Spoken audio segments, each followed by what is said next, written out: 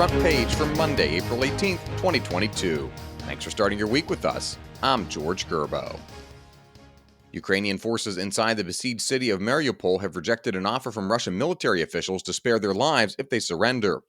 Mike Glenn reports the deadline for the ultimatum passed with no indication that Ukrainian troops in the city were interested in surrendering. Officials said the situation in Mariupol is dire. The port city in southeastern Ukraine has been under bombardment since Russian President Vladimir Putin launched his invasion in late February. Meanwhile, the West's cooperation with Russia in the Arctic, already strained after years of Russian military buildup, has ground to a halt because of the war in Ukraine. Ben Wolfgang reports the 8-member Arctic Council, which Russia currently chairs, has effectively paused operations.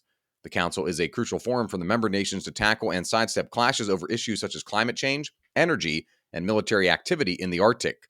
The Arctic region is a vital economic hub in the 21st century as sea ice melts and shipping lanes open for the first time in centuries.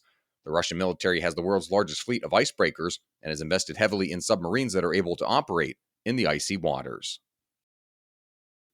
The IRS is bracing for a flood of tax returns as its system is beleaguered with delays. As of March, Harris-Alec reports the IRS had not processed more than 12 million returns from the 2020 tax year. The backlog will significantly hamper the agency's ability to process this year's returns.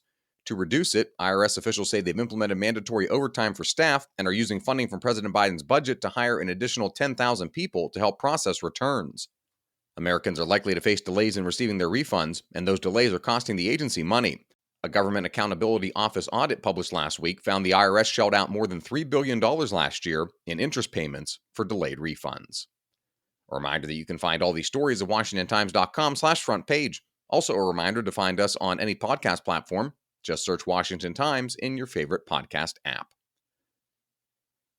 The CIA concluded in 2017 that Clinton campaign attorney Michael Sussman's information tying then-President Trump to Russia was not technically plausible, Special Counsel John Durham said in a court filing on Saturday.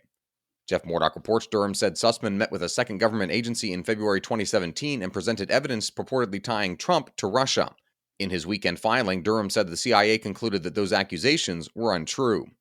The court document was filed late Friday in response to Sussman's bid to exclude evidence from his trial, scheduled to begin on May 16th. He's been charged with one count of lying to the FBI. And finally, the 77,000 Afghans evacuated to the United States have all been processed and released from military bases. Stephen Dinan reports the vast majority appear to be settling in without criminal entanglements, and some have even started to look for ways to return the generosity of their hosts. There have been issues involving the transition from Afghan culture to American culture, though. Every prosecution of an evacuee reviewed by Stephen involved a male defendant, and in nearly every case, the victim was a woman. Find all of today's front page stories at WashingtonTimes.com/front page or on the Washington Times app, and find us on any major podcast platform. Just search Washington Times in your favorite podcast app. You can also find us on Twitter and Instagram at Wash Times for breaking news, sports, commentary, and more. For the Washington Times, I'm George Gerbo.